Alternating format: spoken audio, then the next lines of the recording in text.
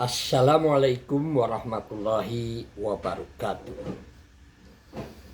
Bagaimana kita caranya menjalankan bisnis? Yang pertama adalah bahwa setiap orang harus memiliki catatan kerja. Catatan kerja itu berisi apa? Berisi instruksi-instruksi dan juga berisi apa yang sudah dikerjakan dan belum dikerjakan. Sehingga kita bisa menjadi orang yang fokus untuk membangun bisnis kita ini, mencapai kesuksesan dan mencapai pendapatan yang lebih tinggi disebabkan karena kita tahu apa yang harus dikerjakan, apa yang belum dikerjakan, dan bagaimana kesulitannya. Sekian, wassalamualaikum warahmatullahi wabarakatuh.